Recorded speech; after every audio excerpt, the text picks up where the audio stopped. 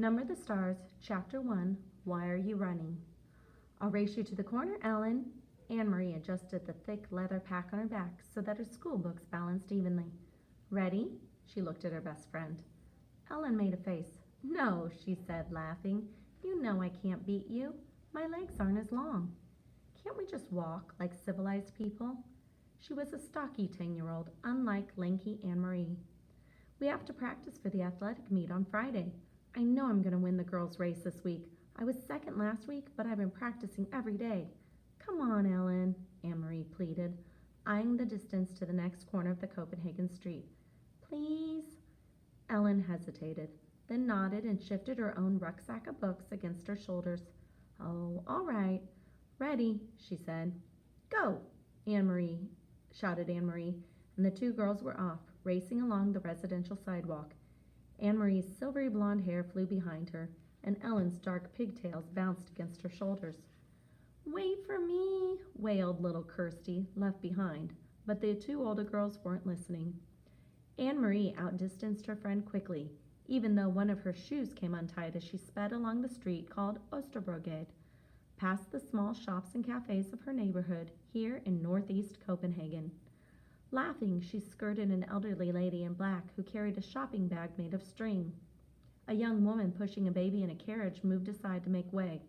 The corner was just ahead. Anne-Marie looked up, panting, just as she reached the corner. Her laughter stopped. Her heart seemed to skip a beat. Halt! The soldier ordered in a stern voice. The German word was as familiar as it was frightening. Anne-Marie had heard it often enough before, but it had never been directed at her until now. Behind her, Ellen also slowed and stopped. Far back, little Kirsty was plodding along, her face in a pout because the girls hadn't waited for her. Anne-Marie stared up. There were two of them. That meant 2 helmets, 2 sets of cold eyes glaring at her, and 4 tall, shiny boots planted firmly on the sidewalk, blocking her path to home. And it meant 2 rifles, gripped in the hands of the soldiers. She stared at the rifles first. Then finally she looked into the face of the soldier who had ordered her to halt. Why are you running? The harsh voice asked. His Danish was very poor. 3 years, Anne-Marie thought with contempt. 3 years they've been in our country, and still they can't speak our language. I was racing with my friend, she answered politely. We have races at school every Friday, and I want to do well, so I... Her voice trailed away, the sentence unfinished. Don't talk so much, she told herself. Just answer them, that's all. She glanced back. Ellen was motionless on the sidewalk a few yards behind her. Farther back, Kirsty was still sulking and walking slowly toward the corner. Nearby, a woman had come to the doorway of a shop and was standing silently, watching. One of the soldiers, the taller one, moved toward her. Anne-Marie recognized him as the one she and Ellen always called, in whispers, the giraffe, because of his height and the long neck that extended from his stiff collar. He and his partner were always on this corner. He prodded the corner of her backpack with the stock of his rifle. Anne-Marie trembled. What is in here? He asked loudly. From the corner of her eye, she saw the shopkeeper move quietly back into the shadows of the doorway, out of sight. School books, she answered truthfully. Are you a good student? The soldier asked. He seemed to be sneering. Yes. What is your name? Anne-Marie Johansson. Your friend, is she a good student too? He was looking beyond her, at Ellen, who hadn't moved. Anne-Marie looked back too and saw that Ellen's face, usually rosy-cheeked, was pale and her dark eyes were wide. She nodded at the soldier.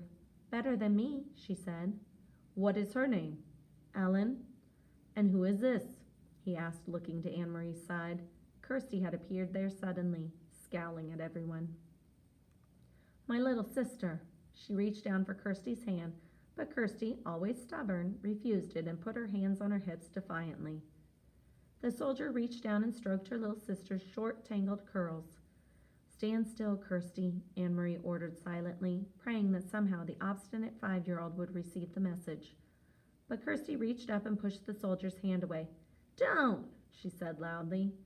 Both soldiers began to laugh. They spoke to each other in rapid German that Anne-Marie couldn't understand. She is pretty like my own little girl, the tall one said in a more pleasant voice. Anne-Marie tried to smile politely. Go home, all of you. Go study your school books, and don't run. You look like hoodlums when you run. The two soldiers turned away. Quickly, Anne-Marie reached down again and grabbed her sister's hand before Kirsty could resist. Hurrying the little girl along, she rounded the corner. In a moment, Ellen was beside her. They walked quickly, not speaking, with Kirsty between them, toward the large apartment building where both families lived. When they were almost home, Ellen whispered suddenly, I was so scared. Me too, Anne-Marie whispered back. As they turned to enter the building, both girls looked straight ahead toward the door.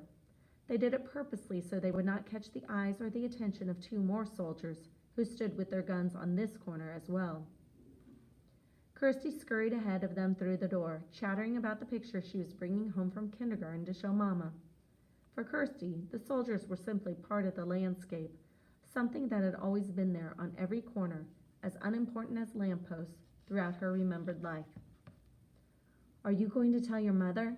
Ellen asked Anne-Marie as they trudged together up the stairs. I'm not. My mother would be upset.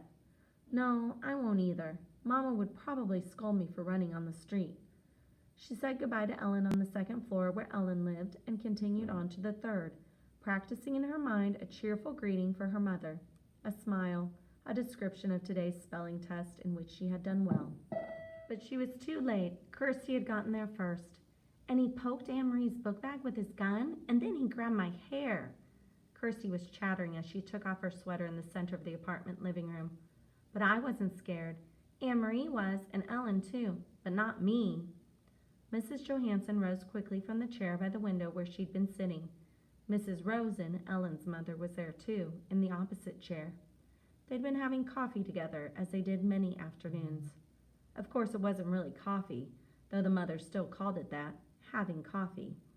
There had been no real coffee in Copenhagen since the beginning of the Nazi occupation, not even any real tea.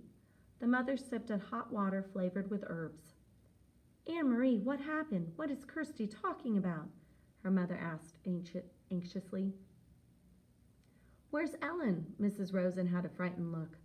Ellen's in your apartment. She didn't realize you were here, Anne-Marie explained. Don't worry, it wasn't anything. It was the two soldiers who stand on the corner of Osterbrigade. You've seen them. You know the tall one with the long neck, the one who looks like a silly giraffe? She told her mother and Mrs. Rosen of the incident, trying to make it sound humorous and unimportant. But their uneasy looks didn't change. I slapped his hand and shouted at him, Kirsty announced importantly. No, she didn't, Mama, Anne-Marie reassured her mother. She's exaggerating, as she always does. Mrs. Johansson moved to the window and looked down to the street below. The Copenhagen neighborhood was quiet. It looked the same as always. People coming and going from the shops, children at play, the soldiers on the corner. She spoke in a low voice to Ellen's mother. They must be edgy because of the latest resistance incidents. Did you read in Die Vrije Dansk about the bombings in Hillerød and Nordborough? Although she pretended to be absorbed in unpacking her school books, Anne-Marie listened, and she knew what her mother was referring to. Die Vrije Dansk, the Free Danes, was an illegal newspaper. Peter Nielsen brought it to them occasionally, carefully folded and hidden among ordinary books and papers, and Mama always burned it after she and Papa had read it. But Anne-Marie heard Mama and Papa talk, sometimes at night, about the news they received that way.